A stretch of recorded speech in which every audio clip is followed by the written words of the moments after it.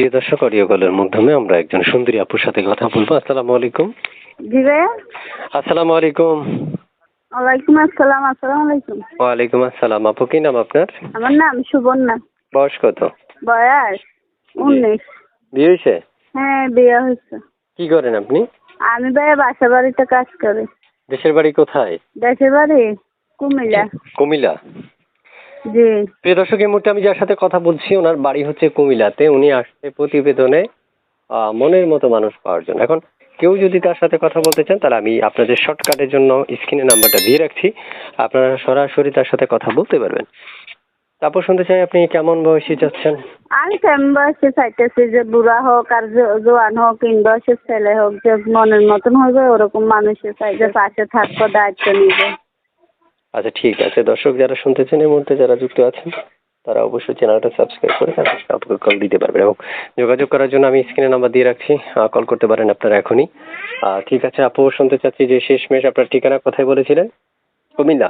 কুমিল্লা, হ্যাঁ আচ্ছা, কুমিল্লা। বুঝতে পারছি। পড়াশোনা কতটুকু করছেন বলছেন? না ভাইয়া, পড়াশোনা ওরকম নাই। ওরকম নাই? না, পড়াশোনা করতে পারে না।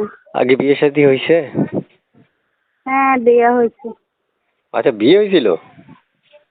হ্যাঁ, বিয়ে হয়েছে।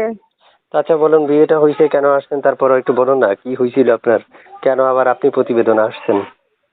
গেছি প্রতিবেদনে, স্বামী নাই, স্বামী ডিভোর্স দিয়ে দিচ্ছে, নেশা পানি করতো, মারধর দিত, এই জন্য নিজে ডিভোর্স দিয়ে দিচ্ছে। তাই এখন ভালো একজন মনের মানুষের জন্য বেশি প্রতিবেদন। তিনি আপনাকে ডিভোর্স দিয়ে দিছে, এখন আপনি আসছেন মনের মানুষের জন্য আবার, হ্যাঁ, নতুন করে বিয়ে বসবেন? জি জি। হ্যাঁ, নতুন করে আবার বিয়ে বসবো। একটা ছবি পাইছি, ছবিটা কার? ছবিটা আমার। এই ছবি আপনার?